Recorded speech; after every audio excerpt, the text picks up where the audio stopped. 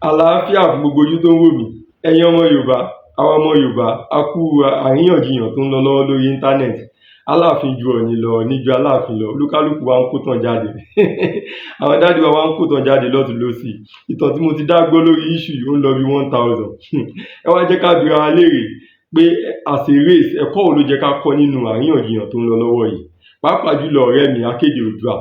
Ẹ fún ẹni tó bá sábà wo fídíò ẹ̀ gbọ́ tán máa sọ pé ẹ jẹ́ ká gbé ọ̀rọ̀ yìí sí déédéé làákàyè.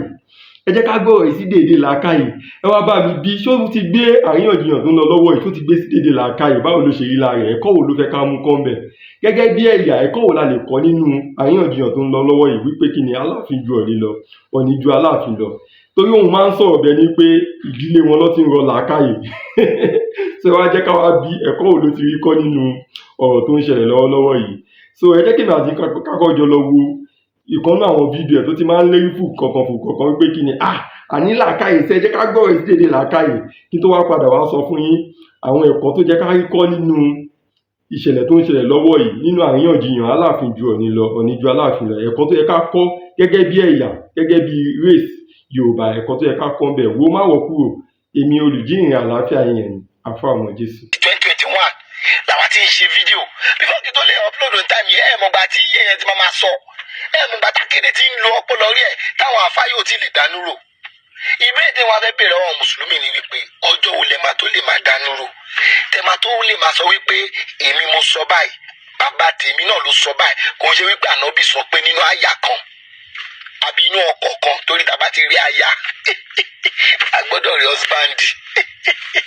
Mi ò ń ṣe ẹgbẹ́ yín, tí bá sọ wípé mi ò ń ṣe ẹgbẹ́ yín òótọ́ ni máa sọ, torí ìgbà tẹ́mi ti ń dánú rò, tẹ́mi ti ń fa mi ronú, ẹ̀yin sì wà lè ké tó sì ń fi àlùkùrọ̀ àbọ̀ yín sí ẹ̀tì náà ẹ̀ ti dánú rò. Ọjọ́ lẹ máa tó lè dánú rò báyìí, ẹ̀yin tí Akéde ẹ bá mi béèrè lọ́wọ́ mùsùlùmí, ọjọ́ lẹ máa tó lè dánú rò, torí wọ́n ní pé àfáwà sọ pé òun ló kún orí majority yín. Ẹlòmíì kò sí iṣẹ́ rí ọ̀tọ̀ ẹni tó bá lè bèrè àjókòó kó ronú fún ara ẹ̀, ìwé ló máa bá ẹni irú bẹ́ẹ̀ èèyàn bẹ́ẹ̀, ìwé ló máa bá wọn máa fi máa ronú, ìwé ló máa bá wọn máa ronú rádà. Ṣé rí inú mi dùn, èmi ò lè tẹ̀lé irú Ọlọ́run bẹ́ẹ̀, ẹ jájọ gbé kíní sí dèdè làákàyè. Ó dàbí pé ẹ wò pé Akéde wá ń tako ẹ̀sìn, but ọ̀rọ̀ tí ẹ̀yin gbé wá nípa ẹ̀sìn ó ń tako làákàyè lẹ́yìn Akéde lòdì sí. Ṣé Yorùbá jẹ́ ẹ̀yà tó dára gan? Yorùbá is a beautiful race. In fact, mo lè sọ pé tí bá máa tún ayé mi wá kí n wá ní Yorùbá. Ṣùgbọ́n ṣé kò sí bí nǹkan ṣe lè dára tó tí ò ní níbi tó kù sí, kò sí bí nǹkan ṣe lè dára tó tí ò ní ní àléébù tiẹ̀. Lára àwọn ibi tí ìran Yorùbá kù sí, tí ẹ̀yà Yorùbá kù sí ni wípé kí ni ní àkọọ́lẹ̀. Ṣé tá bá ní àkọọ́lẹ̀ ní gbogbo issue Ọ̀ọ̀nì ju Aláàfin lọ, Aláàfin ju Ọ̀ọ̀nì lọ yìí kì í ṣe kan tó máa jẹ́ issue rárá, because àkọ́kọ́ tìbí tó wà nínú history ni, ṣùgbọ́n ní àkọọ́lẹ̀. Ṣé wàá rí, mi ò wá jẹ́ èèyàn kan tó jẹ́ wípé kí ni ó believe nínú ká máa bẹnu àtẹ́lu àwọn bàbá yẹn lórí àwọn kan tí wọ́n ṣe wípé kí ni wọ́n ṣe àkọsílẹ̀ àwọn kankan fún wa. Mo believe pé àwọn ti lò gbà tiwọn, bó ṣe mọ̀ gbà wọ́n ń lò lọ́ ti lò to the best of their ability. Kò dẹ̀ sí evidence wípé tó bá pàwọn náà la wà ní ayé ìgbà yẹn pé bóyá we would have done better than them.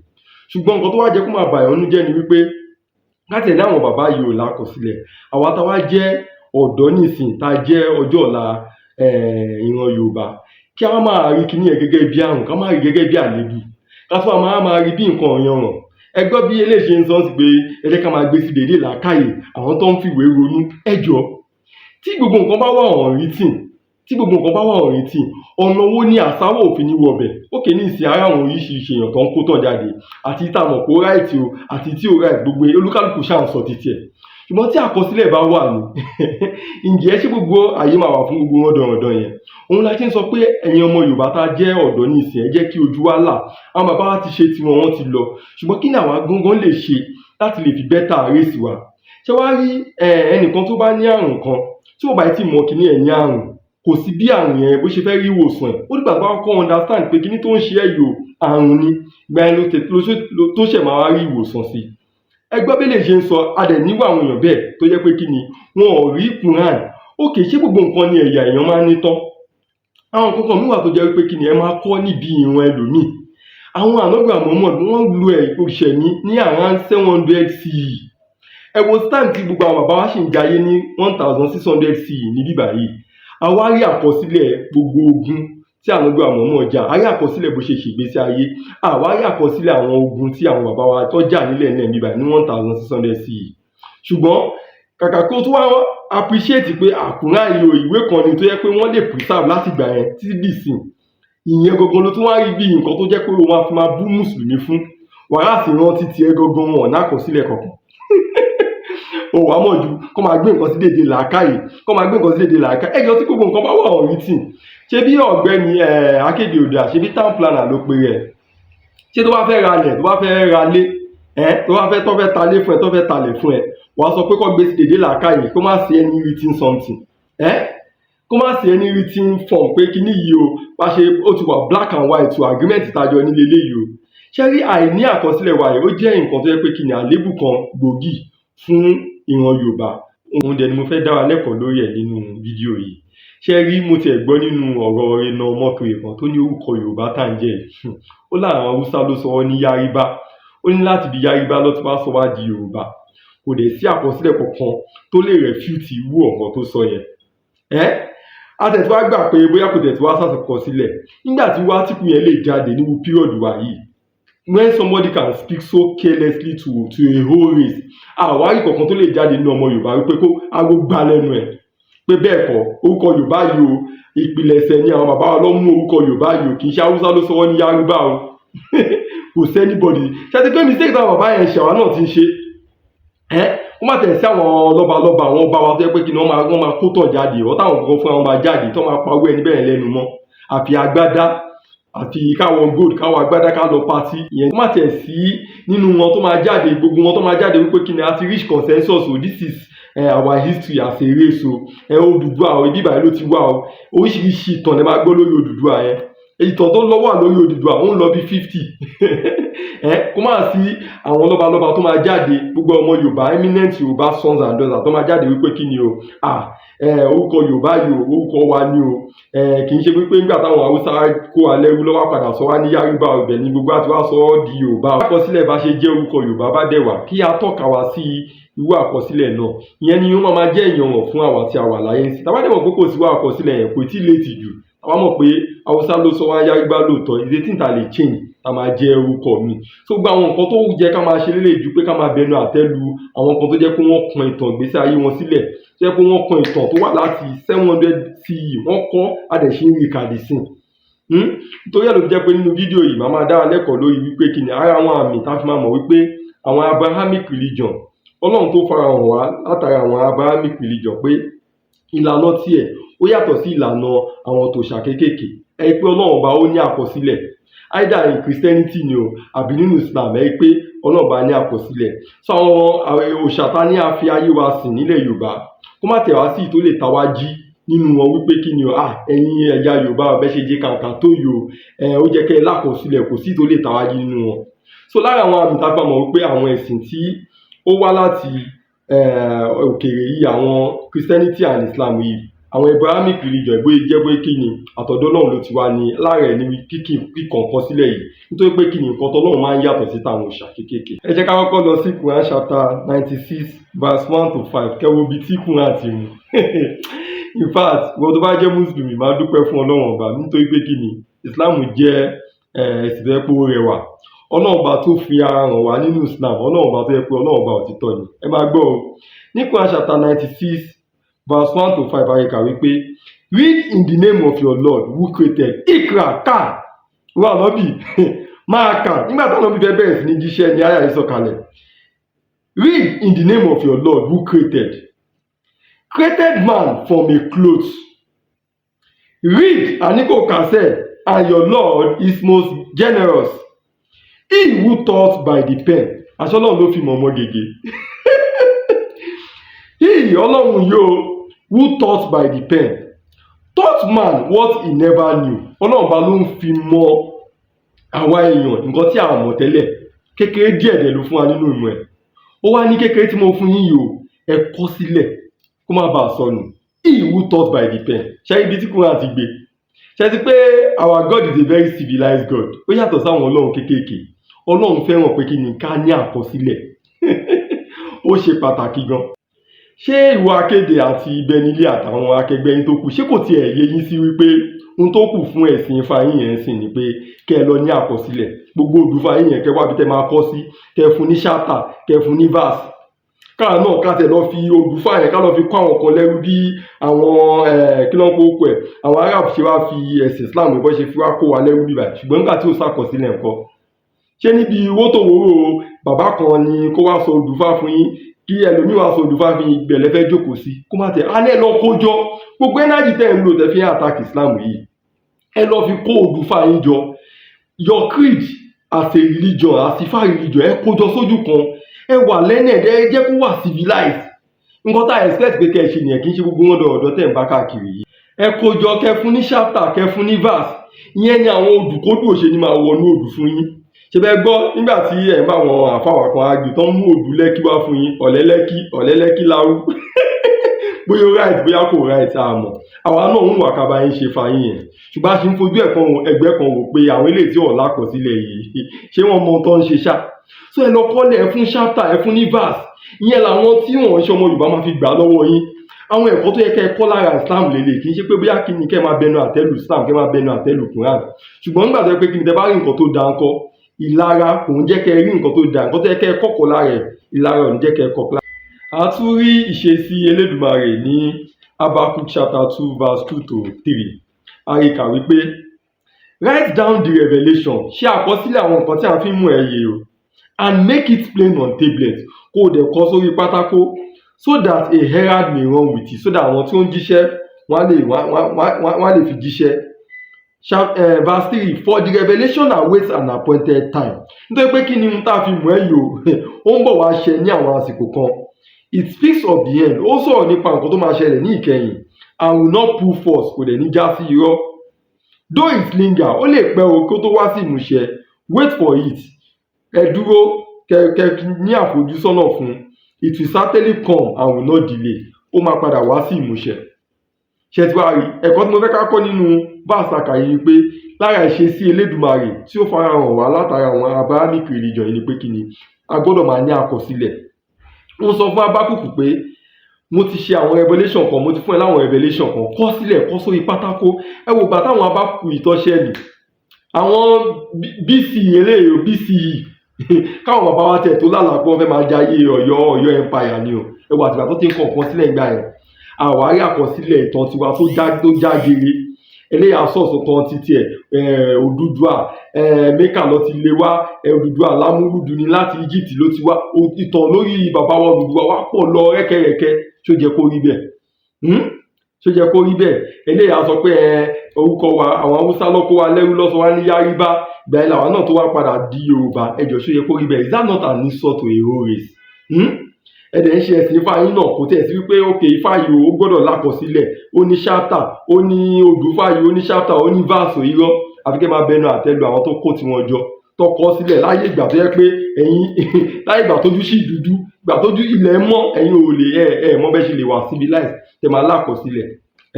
Àwọn nǹkan tó yẹ kó máa tì í lójú tó yẹ kẹ́ máa dọ́wọ́ bojú fún àwọn ẹlẹ́wà fi ń ṣe ìyanràn, káwọn agẹ́sí dèdè làákàyè, àwọn tó ń fìwé ronú. Ẹ jẹ́ ká lọ sínú àwọn verse ìwé scriptures yòókù, so a lè fi mọ̀ wá ìṣesí Elédùmarè tó farahàn wá nínú àwọn Abrahamic religion. Ní Isaiah 30 verse 8, Ọlọ́run sọ fún Isaiah nígbà tó ń fi àwọn ẹ̀sìn Abrahamic religion ẹ̀ nígbà tó ń fi lọ́lẹ̀ tó ń fi rinlẹ̀. Ọlọ́run sọ wípé kí ni, go now, write it on a tablet for them. Lọ kọ àwọn nǹkan tí mo máa ń sọ fún ẹ̀yin àwọn revelation mi yìí, lọ kọ sínú pátákó. Inscribe it on the scroll, kọ sórí ìwé, that for the days to come it may be an everlasting witness. That is, ó máa jẹ́ everlasting witness fún gbogbo ìrandíran pé ókè o kan tí Ọlọ́run ọba tó sọ lélẹ̀. Ṣé wáyé pé láti gbà yẹn ṣe gbọ́rọ̀ náà sọnù? Kí ló dé tí òye jẹ́ kó sọnù? Kò ju wípé kí ni ó ní àkọsílẹ̀ lọ. Tí àṣà ọba tẹ̀ fẹ́ wọ nǹkan tó kọ sílẹ̀, ó máa mọ níwọ̀nba. Ṣó ti yé? Ṣùgbọ́n èyí tí ò lákọsílẹ̀ tó bá pẹ́ kò sí ìgbà lè gbà kúrò lọ́wọ́ wa tó jẹ́ wípé kí ni àní rántí mọ́. Èyí tó bá lè pa rántí gan-an wọ́n lè mú fèkì wá kọ́ ohun jọ sínú ẹ̀ fún wa. Ṣé ti rí àwọn verse tá a mú wa ẹ̀? Ẹ jẹ́ kí wọ́n á mú verse Quran kan wá kẹ́lẹ́ mọ̀ wípé àti Bible àti Quran ohun kan náà ló máa fi ń sọ̀rọ̀ fún ẹni tó bá farabalẹ̀ láti rí.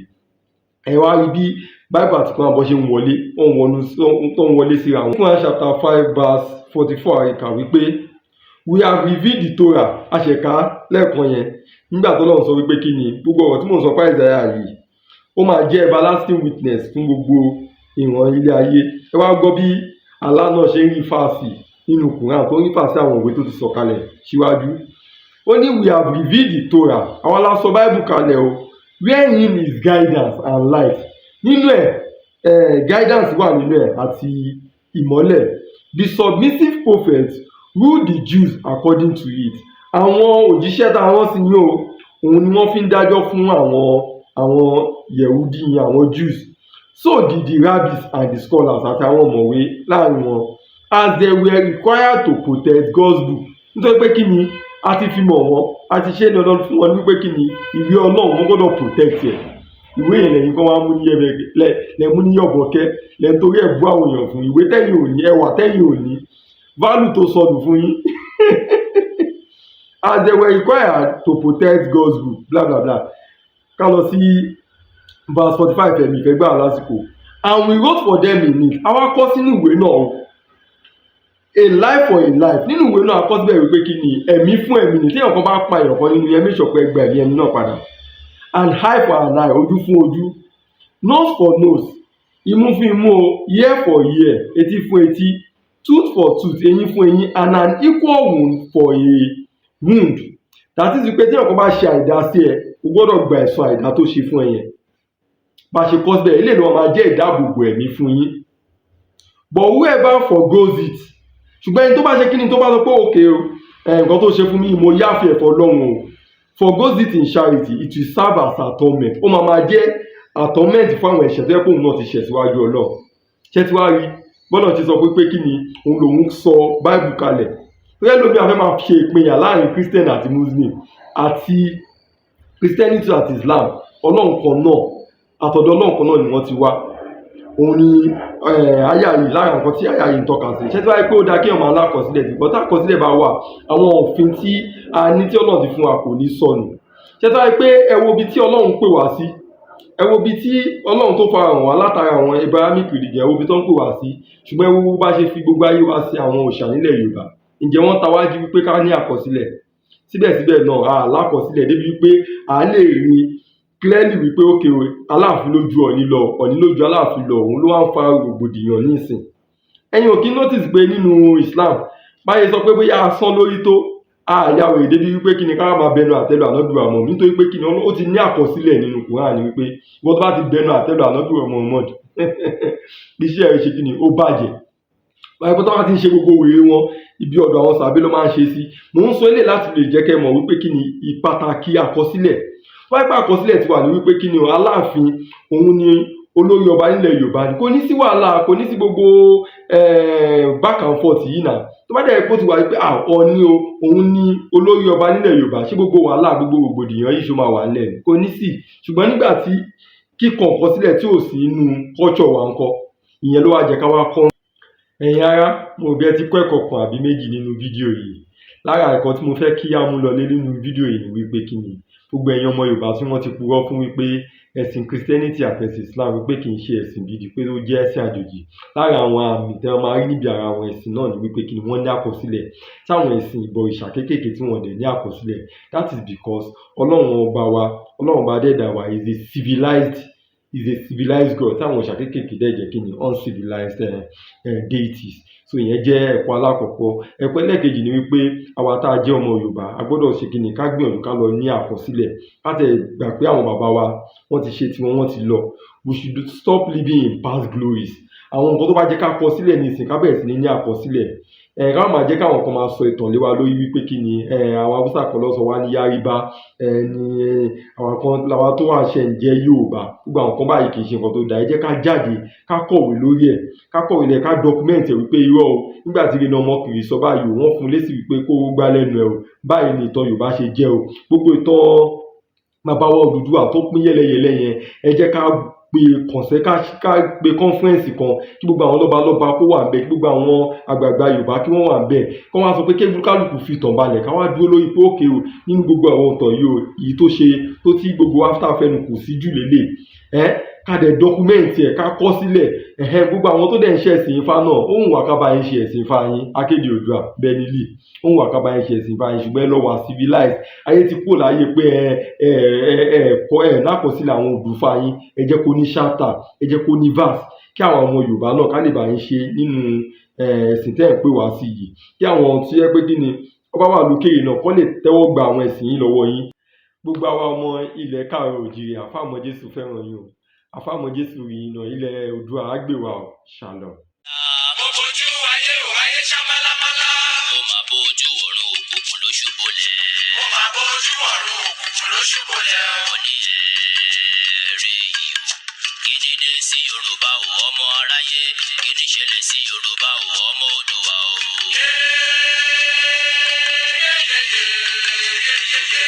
àwa máa ṣeun ọ̀rọ̀ là ń bẹ̀ Yorùbá ń ṣera wọn nítorí owó Yorùbá ń jìra wọn lẹ́sẹ̀ nítorí ipò ọ̀gbẹ́ni Fálànà ọ̀gbẹ́ni Fẹ́lẹ́bí wọ́n kò lè kó wájà wọ́n tún polówó wá mú ọgbọ́n tí wọ́n gbọ́ ló gbé wọn délé ọlá ọgbọ́n náà ló tún padà wá sílé wọn mọ́. Yorùbá yoyoyo bí iná alẹ́ Yorùbá rúrúrú bí omi òkun Yorùbá bàbá ni bàbá ń ṣe.